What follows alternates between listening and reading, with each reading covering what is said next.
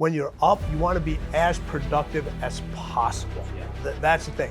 It's not the amount of hours you spend in the day.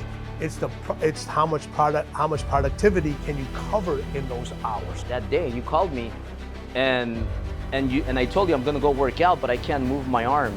And then you were the only person that told me, oh, good job, go work out your other side. What's the science behind that? Everybody thinks that if you only work out one side of your body, that the stimulus only happens on that side. The worst thing you can do is not to do anything. I'm at the Fontainebleau. I'm about to go out of business. You told me this story. Yeah. I remember that. And we had to sell our last property to stay in business because I had to blank out all my properties that I had to survive and keep the mortgage guy's company, which is my biggest company. And Sil starts crying, and I tell her, just believe in me. One last time. And I think I'm gonna turn it around. I don't think I'm gonna turn it, I promise you, but just give me one last shot. If I fail, then I fail, and I take responsibility, but I need one more shot. So just like you have people that handle stuff, so you can focus in on what you do. If I have to think about that, then when I show up on your event, if I have to think about that, I can't deliver my best message. Yeah. And Kobe said, I'll rest in the end, not in the middle. Albert, you have something that nobody else had. I remember this question. I said, Albert, do you speak multiple languages? Yeah. And you said yes. I said, there you go. You have an advantage that nobody else has in this room. Pressure defines an individual, who they are and who they're not, but it also defines who they can become. And I said, sweetie, this is how I provide for the family. This is how I take care of you. This is how I take care of mom. This is how I put food on the table.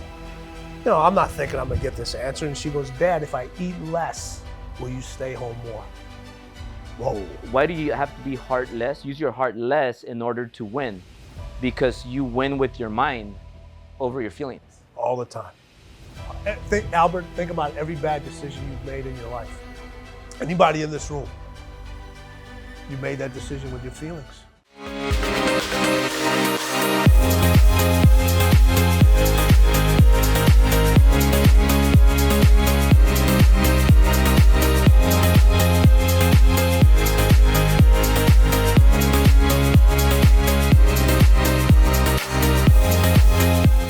Hey guys, welcome back, and I'm here with a really special guest. I don't know if I told you this, Tim. I'm sure you know, but I was really looking forward to this one the most. There's another guy, and I like him too, but I want to focus all on you today. But one of my idols was Kobe, and I always grew up playing. I wanted to be in the NBA so bad, but just my ability was not there. Don't worry about it. Neither was mine. So we got that in common. So I busted my ass, and I always wanted to improve my vertical jump, and I used to do these workouts for the Cavs. And I tried everything, and I got to grab the rim, but I never was able to dunk anything or nothing. So I tried to go to the NBA. Long story short, I couldn't make it. I was a sub in my high school team, and then I still didn't give up. But then I finally realized it's just kind of a waste of time. I don't think I'm gonna make it there, so I got to try something else. So I'm gonna stop you right there. That was the smartest decision you made, because we have so many individuals, they never come to that realization. Not just in sports and anything else, they just keep going in the same thing. People always say, listen, you can be anything you want in this world. True, but you have to have talent in what you want to be in this world, all right? If you have a hard time with numbers, all right, you're probably not going to do very good in accounting or statistics. You know, if you don't have the athletic ability for the right sport, you're probably not going to excel at it. But there's individuals that kind of keep going, and then what are you losing? You're losing so much valuable time. Yeah. Take that energy and redirect it, and look what's happened.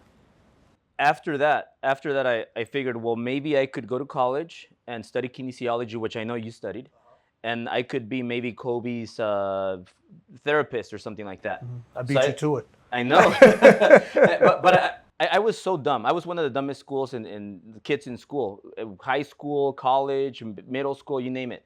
So in college, I go from one thing to the next thing to the next thing. Finally, I just get out of there.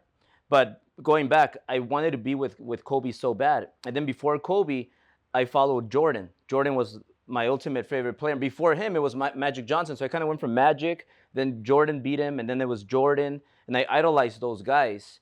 And now I was telling my team, hey, you know what? It's like an honor to be with a legend, living legend that was you trained them, and we'll talk about it later. But I want you to train me now because I saw need your your post. help. I really want you to help me because I know you could help me a lot in just business because I think business and sports are really similar. Very similar. But I want to thank you, Tim. My pleasure, Thank you man. so much for Thank being here. you. It's an Cheers, honor. brother.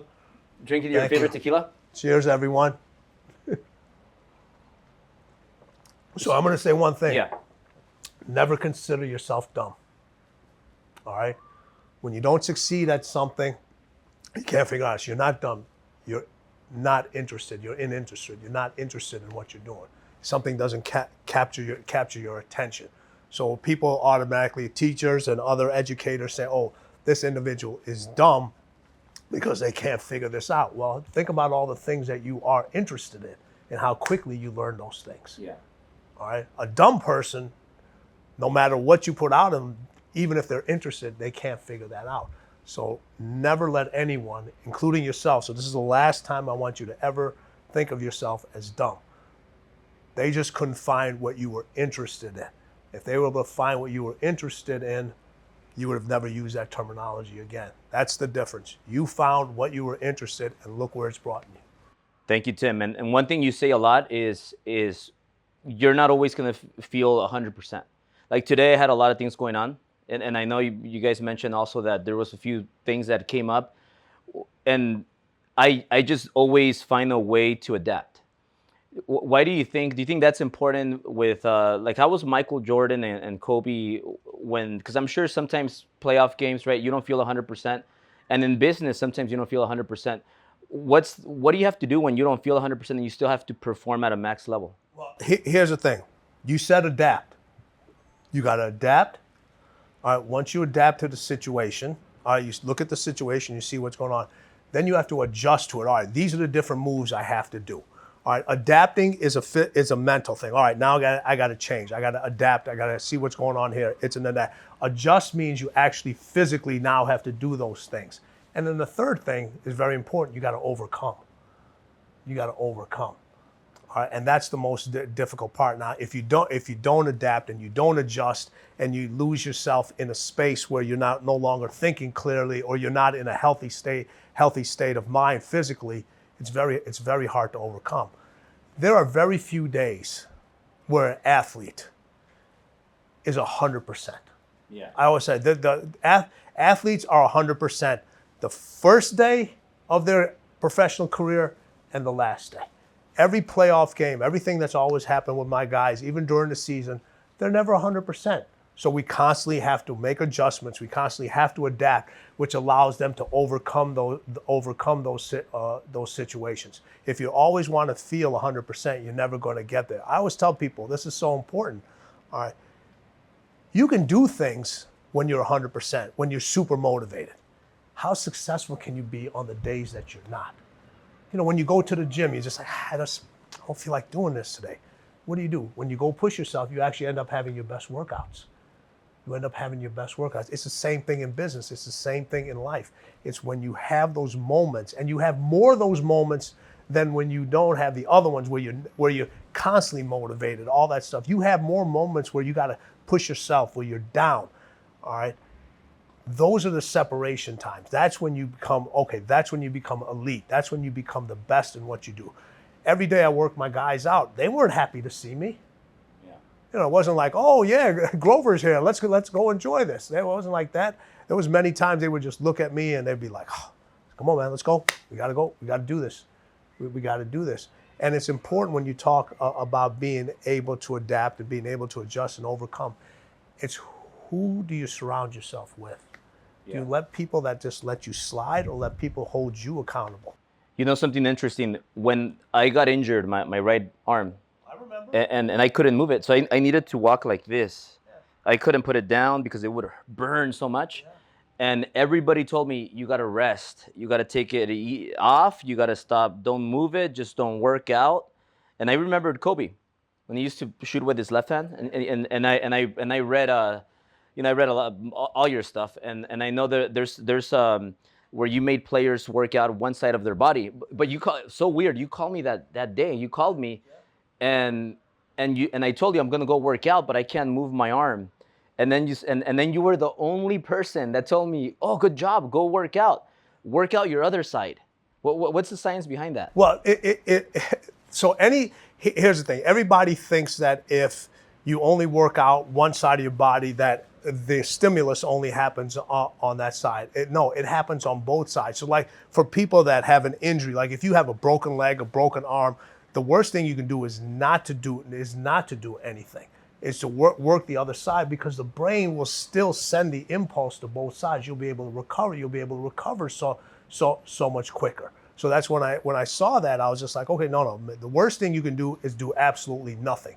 Yeah, you do want to rest the arm a little. You do want to rest the arm, but make sure you go work the other side, because actually working the other side will make that other side heal even faster. And it's gotten so good now that part of your it was your right arm that you hurt, right? Yeah, it was your right arm. You've gotten so good now. Every time you flash the watch, it's always sitting up there. Yeah, and you know what? But by the way, guys, I was talking to you before this, but like a lot of the things that I do on social media, it's like just like people have coaches, and you help me a lot with this, and it translates into business. But a lot of the things that I do are social media stuff. And I'm trying to market. I'm trying to get attention, because that gets people's attention. Yes. But then people people don't understand what's behind it.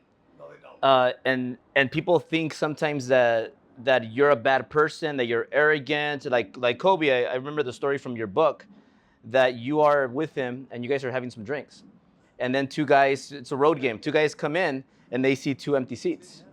And then they go up to you guys. They want to take a seat, and then Kobe tells them the seats are taken, but there's nobody there. And people would think, oh, this guy's just a cocky, arrogant guy. He doesn't have time for us. But I'm pretty sure there was a reason behind that. It's the same. So, Albert, think of this. There's a perception of you, and there's a real you. People get that confused. When you watch actors and actresses, those aren't those off the screen. That's not how those individuals are. There's a business side and there's a personal side. There's certain ways you have to be that's worked for you, that's fueled your business, that's allowed you to have this success. All right. The only people that disagree with you are the ones that don't have as much success as you are. The ones that are having as much success, they may not do it the same way, but there's multiple ways to get it done. I didn't train Kobe the same way I trained Wade, the same way I trained my NFL quarterbacks, the same way I trained MJ. Each one was different. Yeah. But they got success that particular way. Do what works for you. And don't worry about what anybody else says.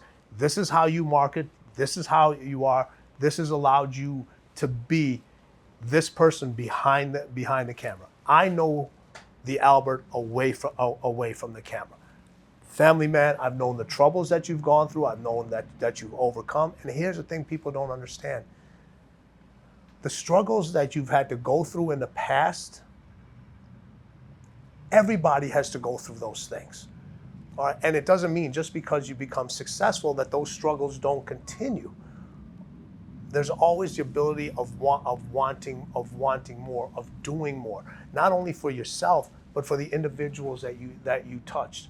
The one point I found when I was listening to one of your stories, I was walking my dog Cody, and I was listening to one of your stories, because before I come to an event or I come to see somebody, I like to study what my person is talking about. I'd like to hear what the mentality of that individual is.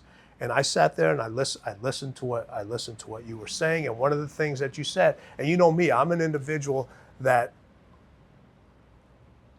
I'm the person that I see things that others don't see, and I say things that others aren't willing to say. Yeah. So that's I've always been that's my thing. If you want the truth, you want to get to the next level, I will tell you exactly what I see. We will discuss. I will tell you the truth as long as you're truthful with me. And that's where this always starts. You had said one point, I almost called you, and if I would have known about this earlier, I would have told you, you need to do this. Yeah. You turned down a speaking event for a very high price. I'm not going to say the price. If you want to share that price, all right. And you were like, it's not about the money, which I understand. Probably it wasn't about the money for you. I know how important your time is, but I would have told you do that event. Yeah. People need to see you more. They need to see you outside of just your people that normally see you. Other people need to hear your message. It doesn't matter if you got on stage and you didn't deliver a perfect message. It doesn't. No one's looking for perfection. No one's looking for perfection, but to hear what you have to say, what you've gone through, what you're still developing.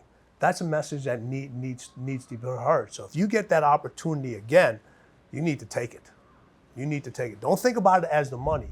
Think about it as a business move, as an individual move, as a way to see your little girls see, that's my dad. Yeah. That's my dad. Now, and whatever you tell me, I'll do it. Coming from you, I'll do it. Yeah. So I'll retract on that and I'll change to that. Now, do you have special requirements if you're going to speak on a stage? Like, for example, like for somebody like you, that's so important.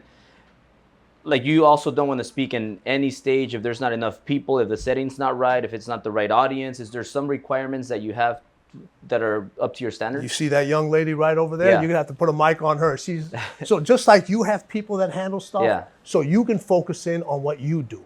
Got it. So that's what I do. So she's there.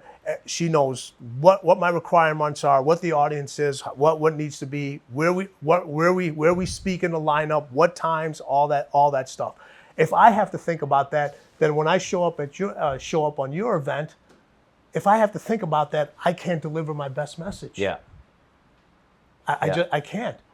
So that you have to have, and I'm sure you have this. You have individuals in your team. You have to trust those individuals to do their job. Yeah. You can't constantly look over their shoulders and criticize them and say, "Hey, if I tell you to do, you do your responsibility." People will call me up. You're fortunate enough to have a direct contact to me, all right. But you also know when it's from a business standpoint, Albert, contact Sharon. Yeah. You want to discuss something personal? Just contact me. Or it's a business thing. Here it is. And people try to go around it and always try to negotiate a deal. I said, don't do that. Yeah. You need to talk. You need to talk to her, so that way I can concentrate on what I need to do. I know we've had opportunities. I think we spoke at, was it the first or second? We spoke in so many. Yeah, I think so. Okay, so I know and we had a wonderful time, and I knew that when you had the other events in between, you were like, okay, you know what? This is not the time to have Grover back. No problem. Hey, Albert, I hope you still have a congrats. I don't take it personally. I hope your show goes well. I hope everything is excellent. Things go on. When you called about this event, I told Sherry, look at this in the schedule. If we can make this work, let's do this. Brother, you're going to be probably shocked about this, but 2 years ago, I'm at the Fontainebleau, and I think that's around the time we were talking about 2 years ago. I'm at the Fontainebleau. I'm about to go out of business. You told me this story. Yeah. I remember that. And we had to sell our last property to stay in business because I had to blank out all my properties that I had to survive and keep the mortgage guy's company, which is my biggest company. Yeah.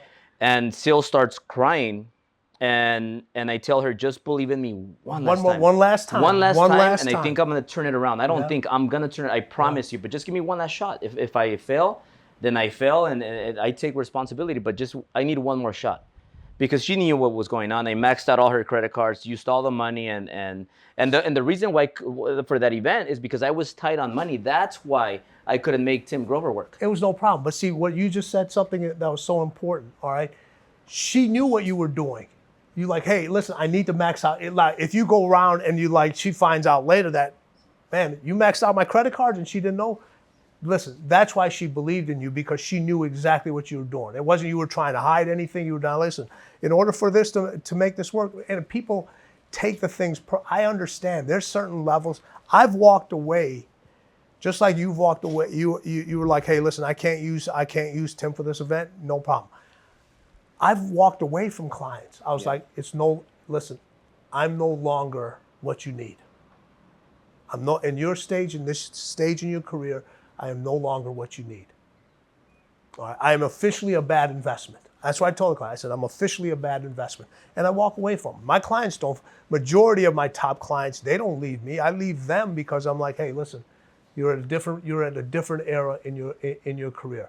To spend the kind of money that you need to have me constantly monitoring you, to have our discussions, do all things, it's not where you're at. You've moved on from that. And it takes a very special, strong individual to believe in themselves to be able to say, hey, I'm going to walk away from this situation, but this is what I need from you. Yeah.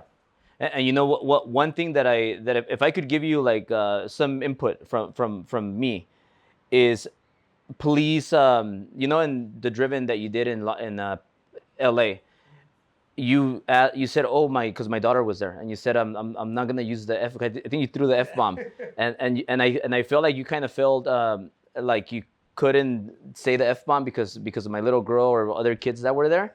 But if you could do something like, or something just coming from me, like just be you all the time, like throw as many F bombs as you can, like for this driven, go, and for the podcast, like I like I like it when you like the real. Oh no, listen, if I have to, I'm not holding back because of that. You know, and plus, you know, listen, I got a very special place for you girls. You know, little girls for me are like, that's we're gonna get into that. Yeah. We're gonna get into, because I have a similar story, but I'll say it later. With there's something about Kobe that you mentioned. Kobe, I remember you said he works really hard. He's the hardest worker you know. But Jordan was more efficient. Yes. Like so like me, I'm like Kobe. I'm like, too much work, and I know you're gonna help me with this, but I don't sleep. And people think, oh, and I read it on your book too, Winning. You talk about people that wake up early and they're posting that they woke up early and all that stuff. Like, I just can't sleep. And I got the ring that the Aura. I know. Aura. And all your posts are like, I gotta do better. I gotta do better. Because Ed Milet was using it. Yeah. And the weird thing is that he gets a lot of REM sleep. I can't get any REM sleep. And I used to wake up and lose sleep like in the middle of the night, and I just couldn't go back to sleep. And I know that also that you've talked about on your book about Kobe. I think Kobe said, "I'll rest in the end, not in the middle." Right. So there's kind of a message there that I'm kind of like, should I do this or should I do this? Is Tim Grover gonna get mad at me because I don't sleep enough? Should I take naps? Like, what should I do? Because I just can't control it though. My body wants me to be up. How much sleep do you get a night? I'm sleeping about average 5.5 hours. Nothing has to change. Nothing has to change. So there's no 8 hours that you have to sleep? No. There's some people that need 8-9 hours to function. That's the thing.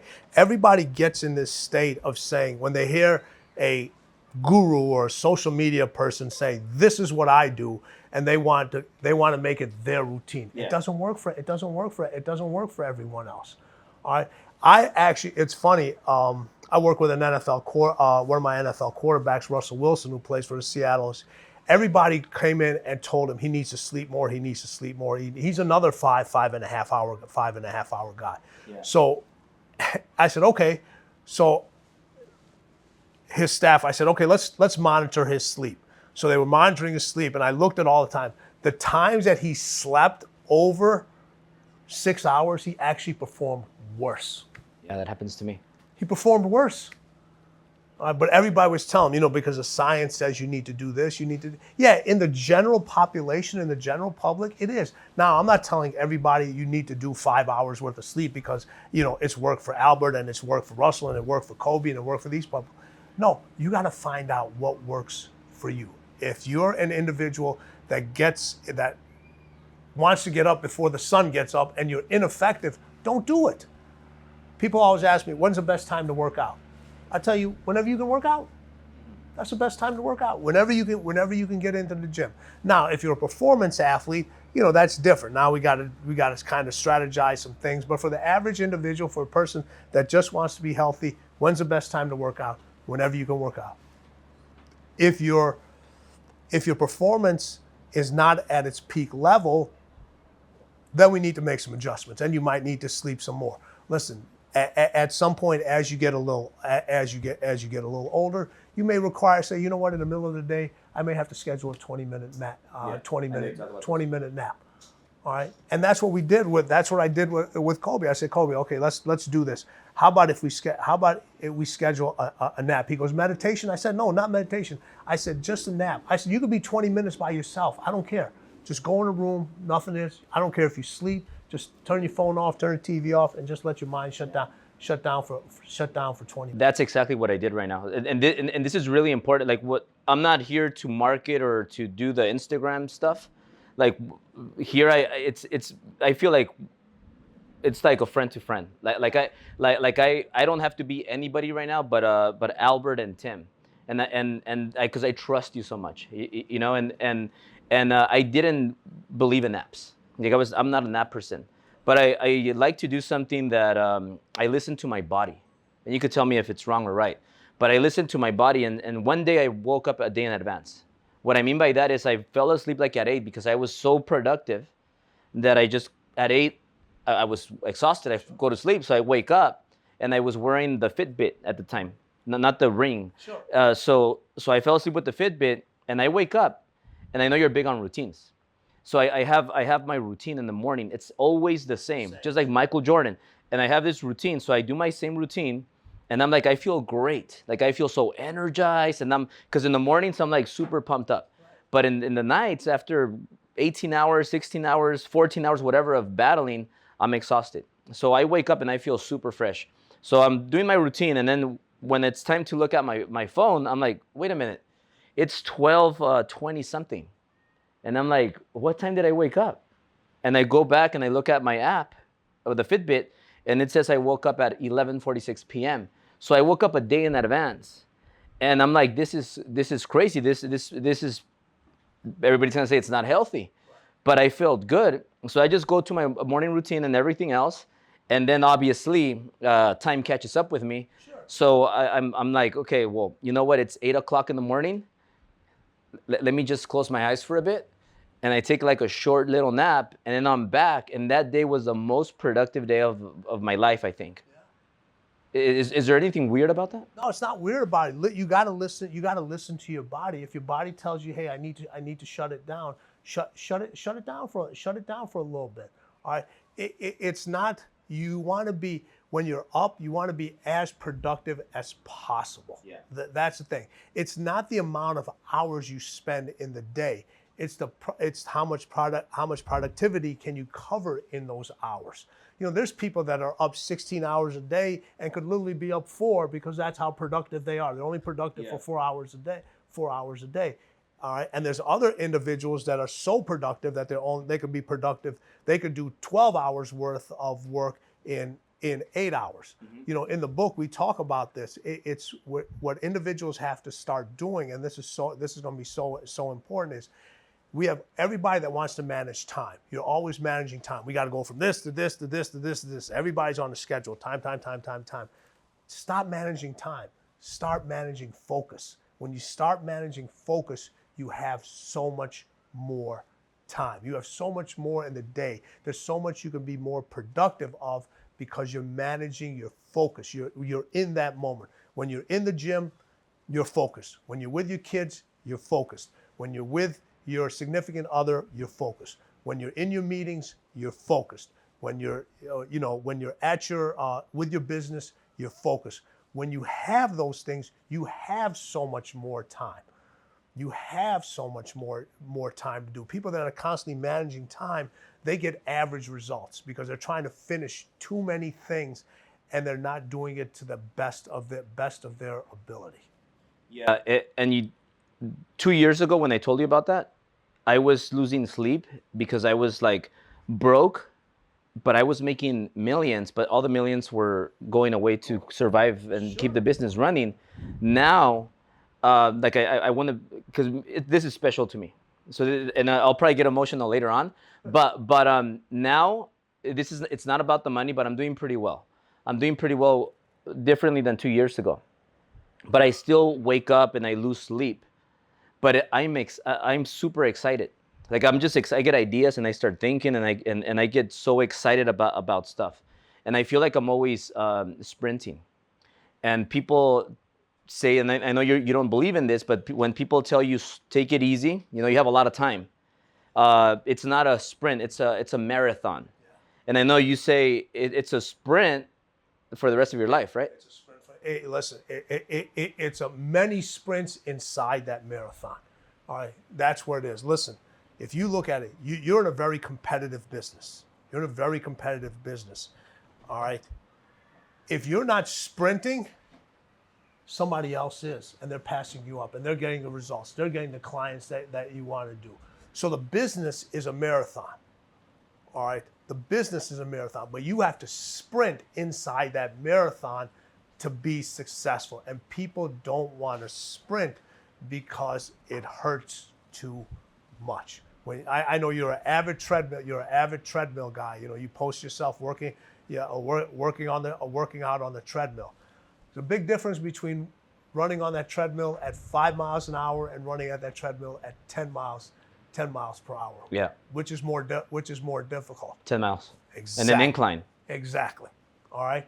But people like to say, you know, there's so many stuff that's out there that I disagree with, that people try to sell. They try to sell comfort, and one of them is, you know, it's like, you know, life is not. It's a marathon. It's not a sprint. They're saying you have a lot of time. Listen, everybody that's in this room, all right, are you going to live forever? No. Am I going to live forever? No. Is anybody in this room going to live forever? No. You know what that means? Our life is temporary. We're here for, our life is temporary. And people have to realize that you're not here forever. You're not here forever. And people think they're going to be here forever, and they're not. And you talk to different individuals, and the regrets they have when they're older, what's the one thing that's always on the top of their list? I wish I had more time. Yeah. I wish I had more time. I wish I would have done this. I wish I would have. You would have done this. Listen, you know, in the winning, I talk about things that people don't want to talk about. This is a temporary life. This is a temporary life. So, live your life the way you want to live it. Decide what winning means to you. Decide what success means to you. Live the way you want to live. Not because somebody else wants you to. Everybody wants you to live that way. And here's the thing: if you're doing things successfully and you're doing things correctly. All right, everybody talks about how do I deal with haters and how do I deal with this stuff. Listen, you have haters when you start school in the first grade. Yeah. It goes on. It's never going to stop. It's never going to stop. It's never going to change. You have to figure out how to use that fuel those haters give you and use it to your advantage. You have to figure out. Everybody's so worried about stepping on the opponent's toes. Everybody's like, I don't want to step on my opponent's toes. Listen, in life, you got to step on your opponent's throats. Yeah. And I don't mean physically step on their throats. I mean by your results. You continue to get results over and over and over again. This goes back to when I remember the first event that I met you at. It was somebody else's Brett's? event. Was it Brett's? No, I think it was Grant's. I think when we first met it was at Grant's event, and you came and we sat and talked for almost 40. We didn't know each other. Oh, that's right. We were in the yacht. Yes. And I was with my buddy.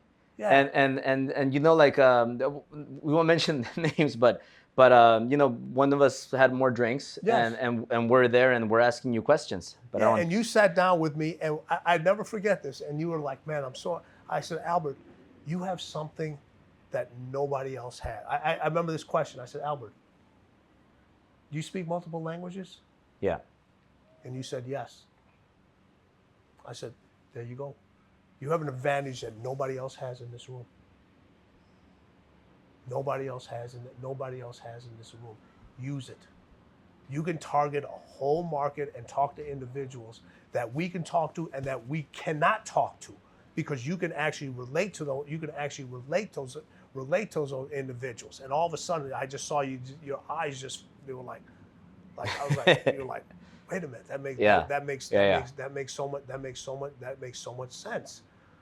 Well, so people are trying to they're trying to tell you to go down this path, and I'm like, no, Albert.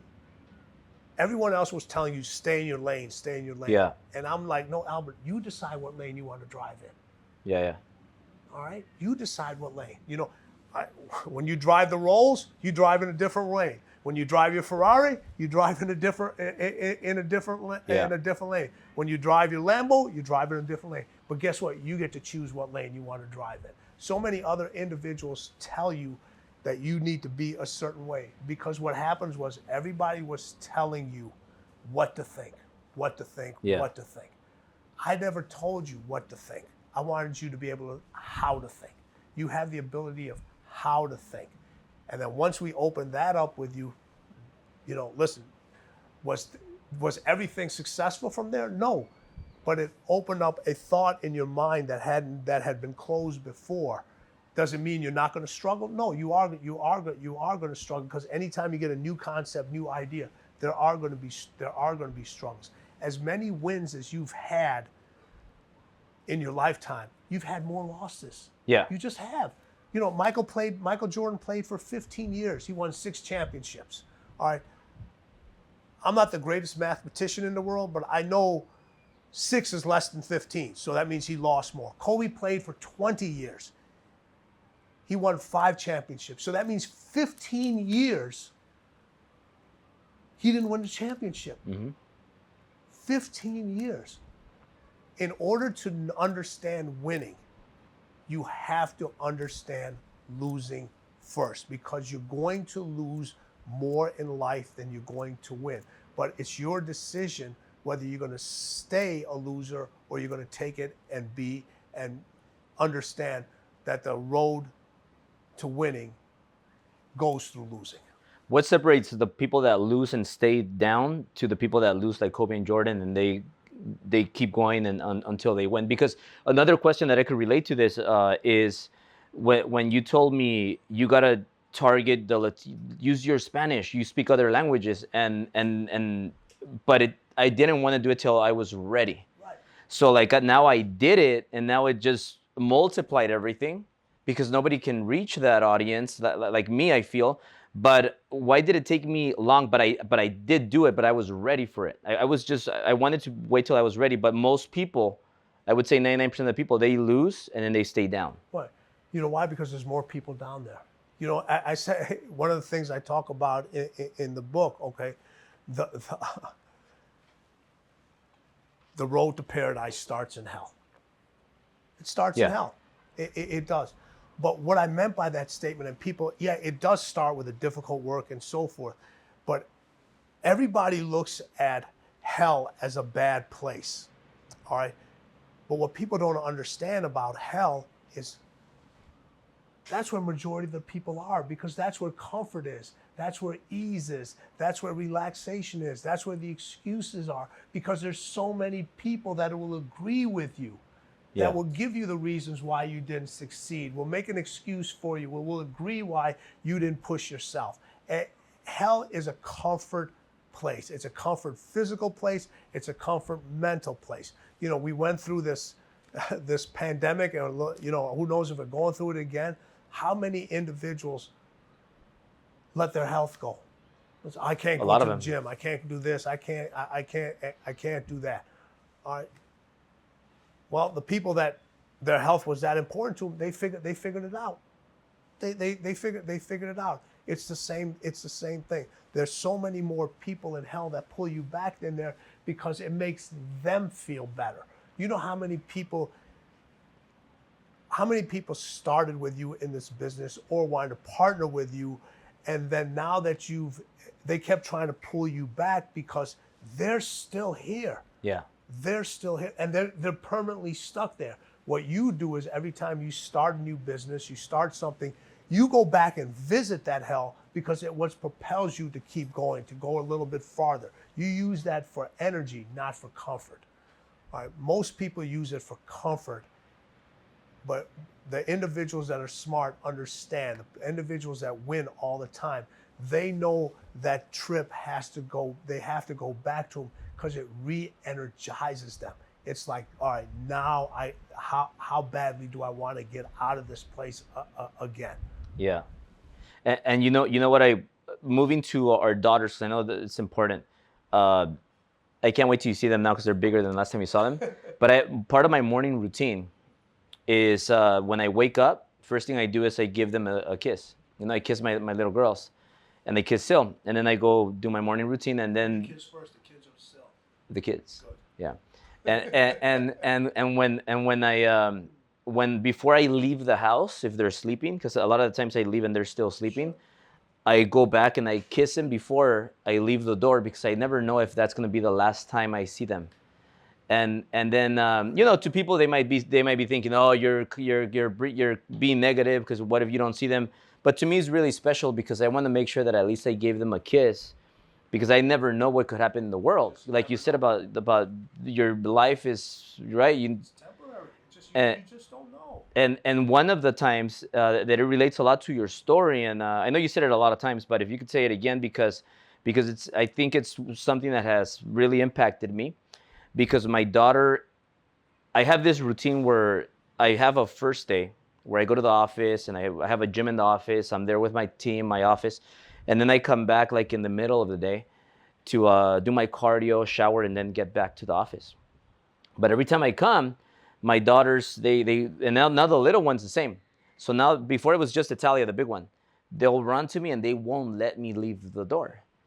And it's so hard, and like powerful Albert and her little eyes look at me and they're like, Dad, where are you going? Like, you're back from work. Like, where are you going? And I'm going to work. And she tells me, no, but please don't go. And she's like, can you make me can I have a peanut butter and jelly sandwich? And I tell her, yeah, you know what? Our nanny's gonna make it for you. And okay, I'll be right back. No, I want you to make it for me. Yes. And so, long story short, she always convinces me, but I know how important it is to them, and I know, what if I'm not there one day? So I go and I get the peanut butter and jelly sandwich, and then I get all the the jelly, the peanut butter, and I'm like, okay, they're gonna make it for. No, I want you to put it and make it. So I make it, and then she's like, okay, Dad, you could go to work. It completes her her happiness. So then I go to work, but she's asked me sometimes, because she says, well, why do you go to work? Why do you have to go to work? I know you okay, she's happy now, but why do you have to go to work, Dad? And I tell her, well, because I gotta go work so that I could pay for this this house, and you have your pool, your view, you have your dog Chip, and we could travel. We could get in the, because she hates the planes. They were forcing her to put a mask. Now we fly private, and we have a better life. And I told her that's why I have to go to work. And she tells me, well, I don't need all that, Dad. I don't need all that. Like just stay. So it's a little bit similar. And I'm not making this up, by the way. No, I know. But I know you have a story that's similar. Yes. Can you just share that again? Because I like hearing that, and I think it'll make a difference. It's really tough, and that's why I just said. Again, in the book where I talk about, there is no balance. There is no balance. Everybody talks about work-life balance. All right, there is no work-life balance. There just isn't. I was for my work, I travel quite a bit, especially when I was dealing with my professional athletes. And my daughter came up to me and said, Daddy, why do you travel so much? How old was she right She was there? 5 years old. 5 years old. Oh, like Italia. Yeah, she was 5 years old. And I said, sweetie, this is how I provide for the family. This is how I take care of you. This is how I take care of Mom. This is how I put food on the table. I'm not thinking I'm going to get this answer. And she goes, Dad, if I eat less, will you stay home more? Whoa. If I eat less, this is 5. If I eat less, will you stay home more? I'm packing my stuff. I stop for a moment. I stop. I had a tear come down my eye. And I was just like, yeah, in a Hollywood story, everybody, okay, you would have unpacked your bag and you would have taken your daughter out for ice cream and you would have canceled your trip and all that other stuff. I kept packing. All right. That's who I am. That's who you are. You have to make those tough decisions. But when you make those tough decisions, do your results improve those tough decisions? Did you make the right decisions? Are you producing results? Are you producing results? Are you producing what you're going to say? Will they understand that the time you're not spending with them now, it will come back many folds. It will come back many folds later. Plus, here's the thing that people don't understand: you're setting an example for them. Yeah. That's what people don't understand. You are setting an example for them that, listen, life requires you to make hard decisions. Life requires you to make unpopular decisions. Life is, you're going to be judged for the decisions that you make.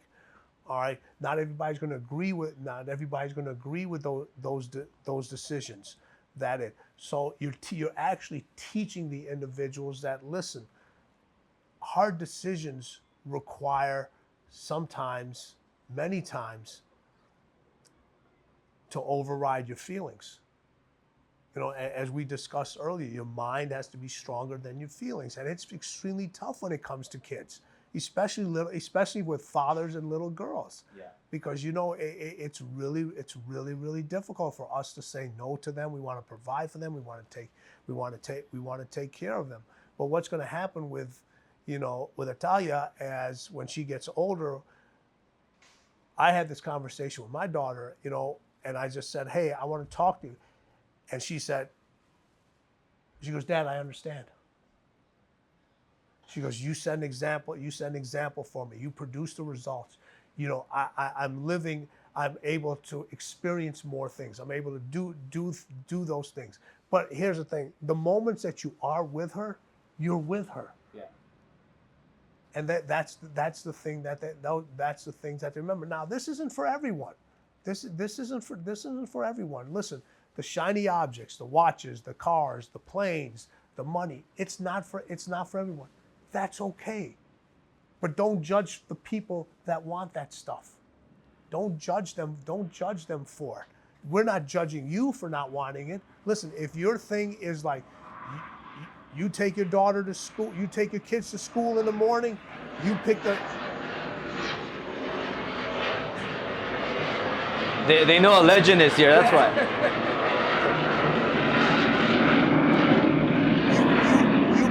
You pick your kids up from school in the morning, you drop them off, you get to see every single game. It's not for me to judge. Those are your wins. That's fine. And if you like living in your house or renting a house and having your car, those are your wins for you.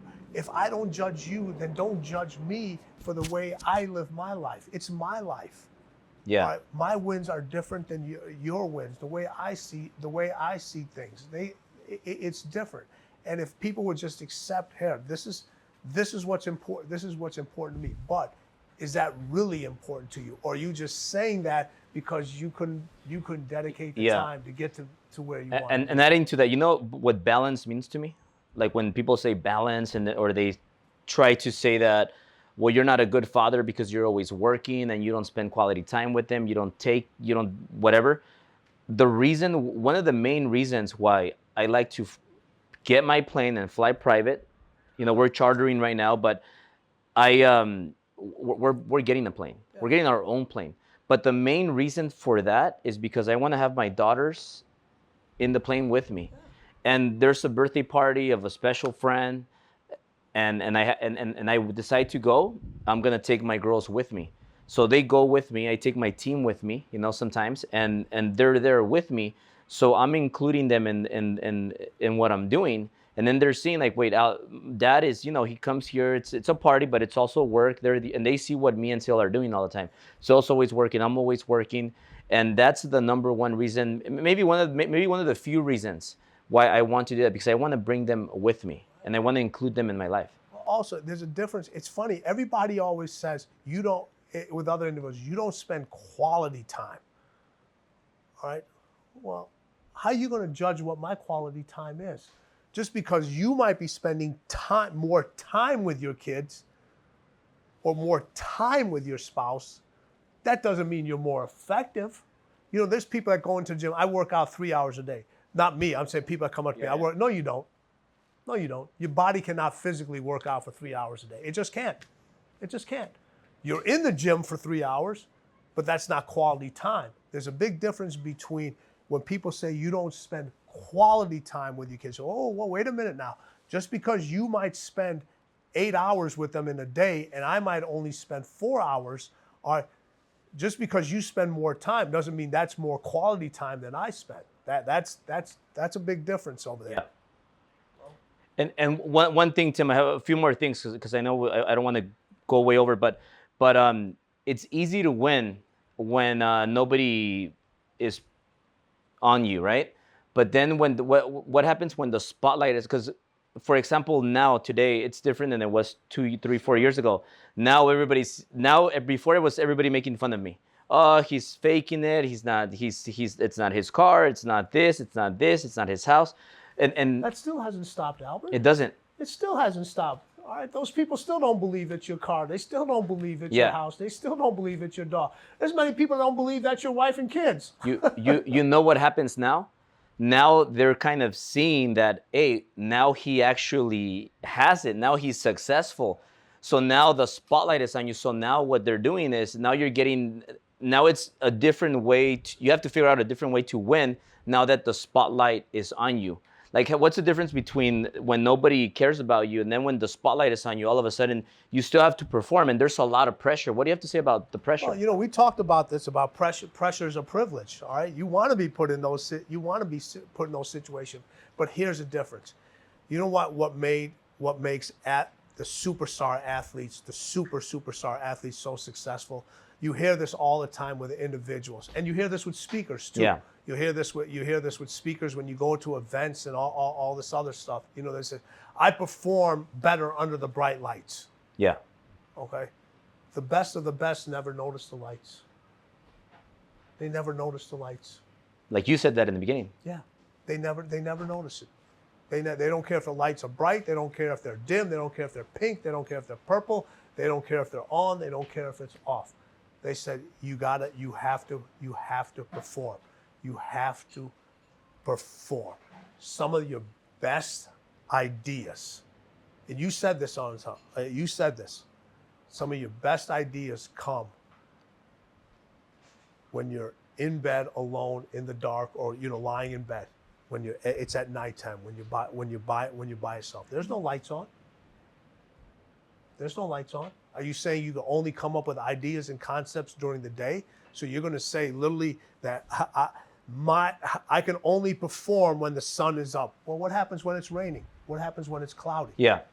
All right. What happens at nighttime? All right. The best of the best never even noticed the lights. They don't care if it's a preseason game. They don't care if it's a regular season game. They don't care if it's game 7 of the championships.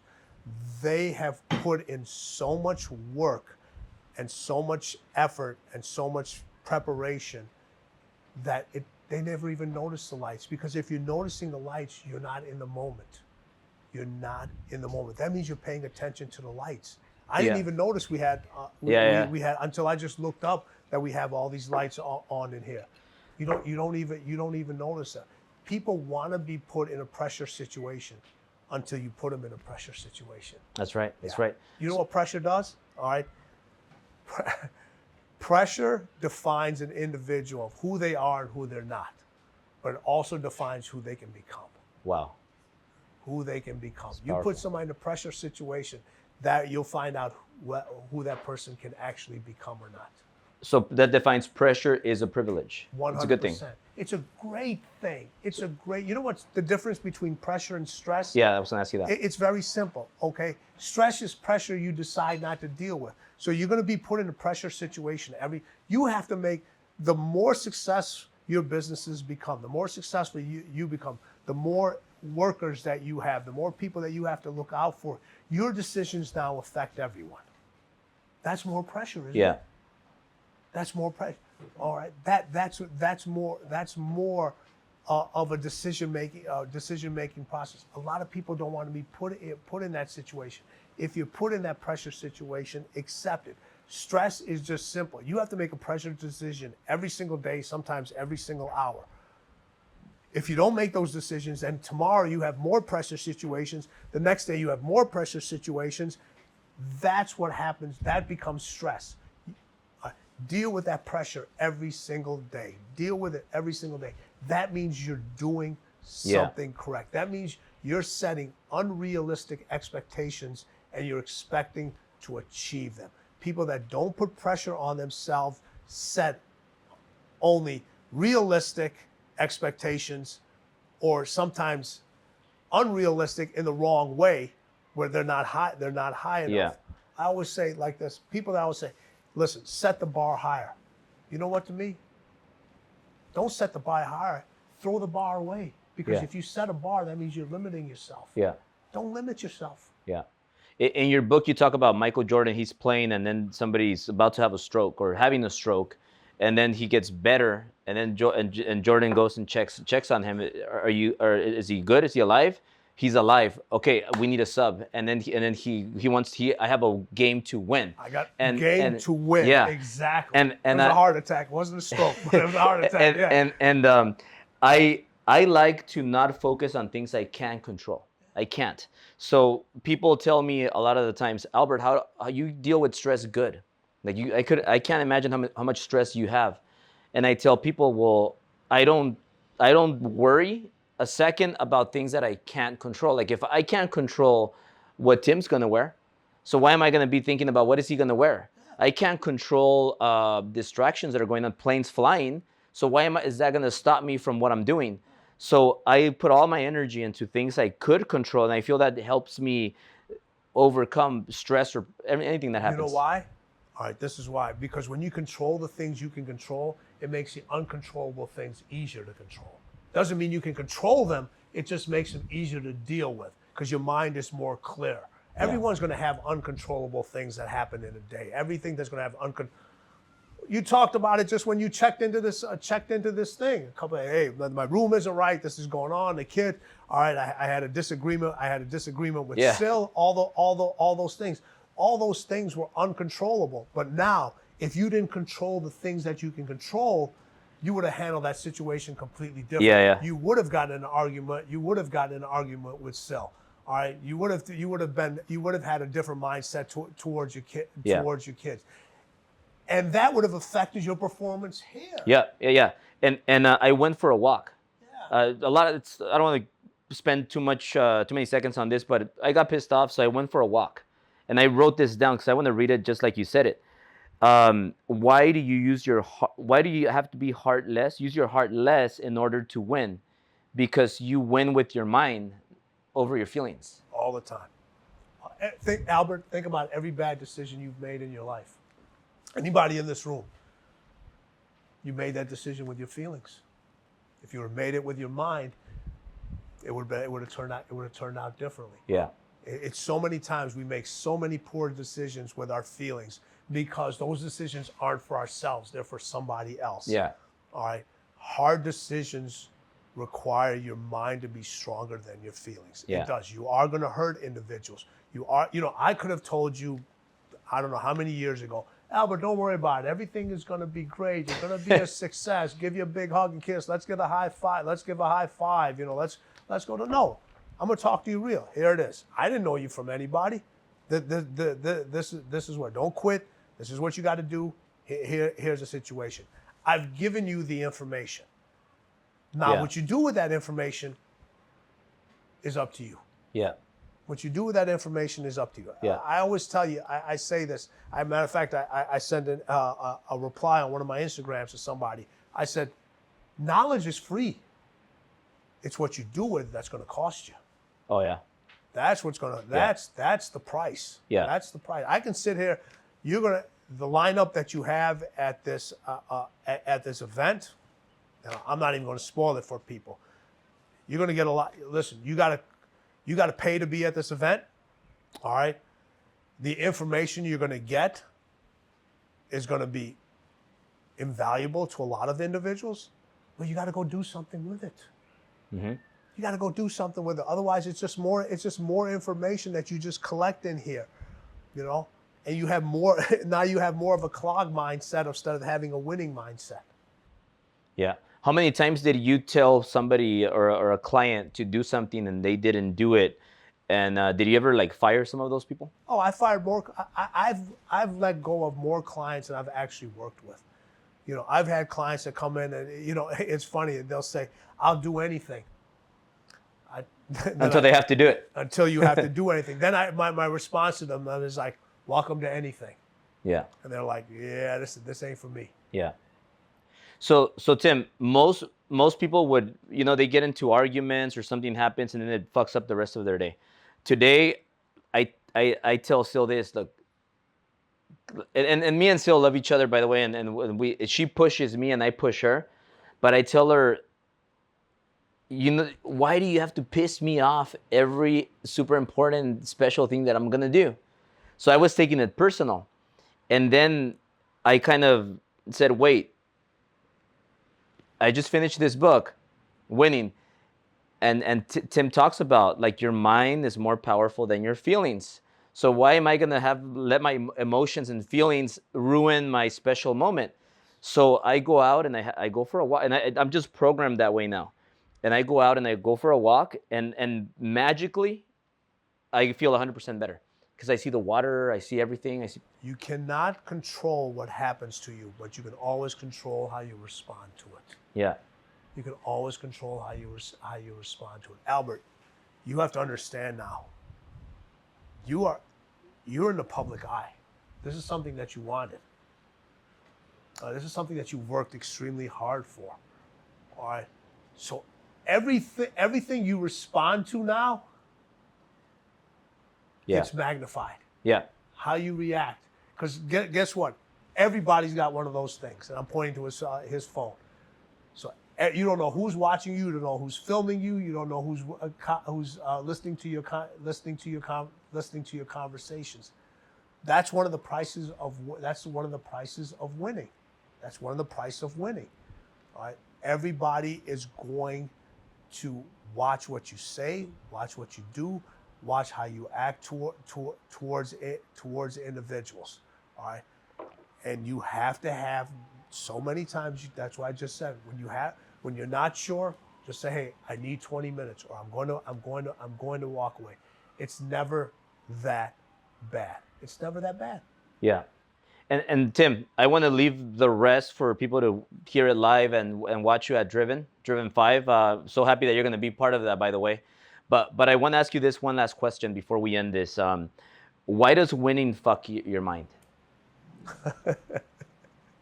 You know why? Because I feel like a fucked up individual. Like people tell me you're crazy, you're fucked up, you're and you know what you tell and I'm like them? I know I am. Yeah, that's what you tell them. You tell them thank you. All right. Winning does. You know why? Because what happens is this is what winning does. Winning tells you to keep going, to keep going, to keep going, to keep going, and just keeps pushing things farther and farther and farther away. You know, you started it. You said, okay, listen. First I want to make 500,000. Then I want to be a millionaire. And I want to. So that's what winning says. When you get to the next goal, winning says, you know what? You haven't done enough. Now you need to get a little farther. Now you need to get a little bit farther. Winning tells you have all this success, and then throws something at you that you just like, where did this come from? Where did this come from? You know, it's just winning is constantly challenging you. It's going to fuck with your mind. That's how you keep winning over and over again. That's its job. Winning tells you, hey, I reached this goal. Now it says, okay, can you do it again? Can you do it again? All right. Now that you've won, can you help other people? Can you help other people win? All right. Yeah. Or now I'm going to take this away from you. Let me see what you're going to do. When I say winning fucks with your mind, I believe this to my core. Every individual on this earth is blessed with a gift, but something is taken away from them. Say, we're going to give you this, but I'm taking this away from you. I've given you this. You have to earn what I took away from you. You have to earn this. That's what I mean winning. It gives you this gift. It gives you this gift of like, oh my God, I got this over here, but I don't have this. I have so many athletes that are so physically gifted. I mean, Albert, you just wouldn't believe how physically gifted they are. But their work ethic, their focus, something was taken away from them. Say, okay, now in order for you to excel at this gift, you got to work at this. Yeah. Michael Jordan and Kobe weren't my most athletically gifted individuals. I've worked with many individuals that were so much more athletically gifted than they were. But they had the athletic gifts, they had the discipline, they had the dedication, they had the winning mindset. On all those things they had to develop. They had resilience. You know, they had the intelligence. They had the competitiveness. All right. They had the let me see what was it? They had the competitiveness. They had the resilience. They had the talent. They had the intelligence. So out of those four things, something they had to work on. You know, you have an athlete that was extremely talented, but they weren't intelligent enough to remember the football plays or remember the things. All right, so that means you got to study more. You have other athletes that had the talent, that had the intelligence, but they didn't have the resilience. Yeah. But do you feel when you get to a certain level, like for example, Kobe and Jordan, when you met them, they were already pretty good, right? Yeah. But I was doing pretty good. You know, I was doing pretty good in business, and I had a mentor. But then I felt the need, and maybe you'll whatever you tell me, I'll correct it. But this is what change is good. I'm already going to cut you off right there. This change this is what I believed in. I believe you always have to upgrade your mentors when you feel if they're not growing with you. When you feel like that person is no longer, too many times people keep somebody The same person for so long. circle for so long. If you feel like that person is no longer, and I'm not going to get into names because, you know, obviously I pay attention to, and you've gone through numerous of them. You know, you have different individuals that you listen to from a business standpoint, that you listen to from a system standpoint, that you listen to from this standpoint. And if you feel like that individual is no longer growing with you, here's a great story, and this is in the book. What did Michael Jordan tell me? He said, you better keep up. You better keep up. And he wasn't talking about just in my training aspect. He said, you better keep up in life. You better keep up with my winning mentality. You better keep, that's all you had to say. Yeah. You better keep Makes up. sense. All right, same thing with Kobe. It's just like, listen, you got to keep up.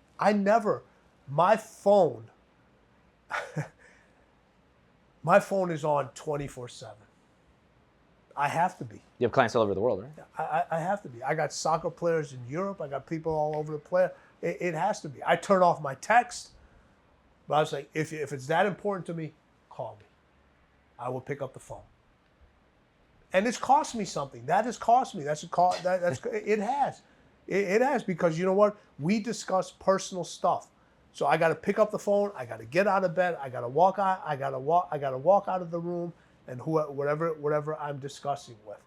All right? And that's the other thing that you said. Winning fucks with your mind, and that's how it is.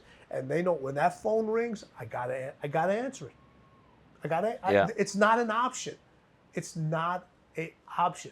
I have to answer the phone. Yeah. Tim, well, I could go on and on. I don't want to overdo this because I want to save a lot for Driven, but just what you said, to add to it, when they're so good, you know, I feel like Kobe and Jordan, they were winning at a certain level, but when you came in, you kind of took them to that next level, and me, how I feel right now is I'm winning at a bigger level than I was before. But there's little tweaks. And a lot of the times, I don't know if you notice it, but I'll ask you a simple question. Then you'll just text me back. And then I'm like, I got to do it. But it's like simple tweaks. Like it's just little tweaks because you're already good, but it's simple tweaks that other people just, I don't know if they hide it or they don't want to give you those tweaks, but those tweaks make a big difference. Albert, a lot of individuals, they've seen the success that you're having, and they're intimidated by the success. I'm not intimidated by other people's success. I want them to have more success. The more success they have, that means I'm doing my job. The information I'm putting out there. You know what the definition of selfish is? Selfish is not sharing what you know with other individuals. That's a definition. That's a definition of selfish. So if I have something that can take an individual's, I always tell people, it's so easy to take somebody from who's average to good. All right. It takes a special individual to take a person from good to great. Yeah. Then it takes a real special individual. And this is my specialty. This is what I do. All right. This is what I do better than anybody else. I take the most successful individuals and make them even better. That's what I do. So if and with those individuals, you're not trying to make them 5% better. You're not even trying to make them 1% better. You're trying to make them 0.0001% better. And I'll leave you with this last story. Michael Phelps, for people that don't know him, is the most decorated swimmer in Olympic history. All right, I did an event with him, and he had never read the book. This was the first book, Relentless. And he's sitting there and he's talking, and I'm listening to him, and I was like, everything's out of the book. And you know what he says? He goes, I train every single day to cut 0.0001 off of my time. He goes, that's what I try. Because he's already the best. You're not going to cut 3 seconds off of your time. Yeah. That's not going to happen. But if you're that good, what can I do to make myself 0.0001% better? That's what I do. I take the top of the top and make them 0.001% better. And that is such a massive gain for those individuals. And a lot of that is right here, right? It's all right there. It's all right there. And you hear when you watch Kobe, when you watch Dwayne, when you watch Jordan, when you watch Tom Brady, when you watch Serena Williams, you watch Jeff Bezos. You know, you watch all these individuals over and over again, whether it's in business, sport, whatever it is. All right, they always talk about the mindset, and I've taken it even farther. I just said mindset is too general. I talk about the winning mindset, because what do you want to do? You want to win in life. I want to win in life. Everybody in this room wants to win in life, because, and I'll end it with this. What did Kobe Bryant say when I told him to describe winning in one word? He said, winning is everything. That's right. It's everything. Thank you, Tim. My pleasure, brother.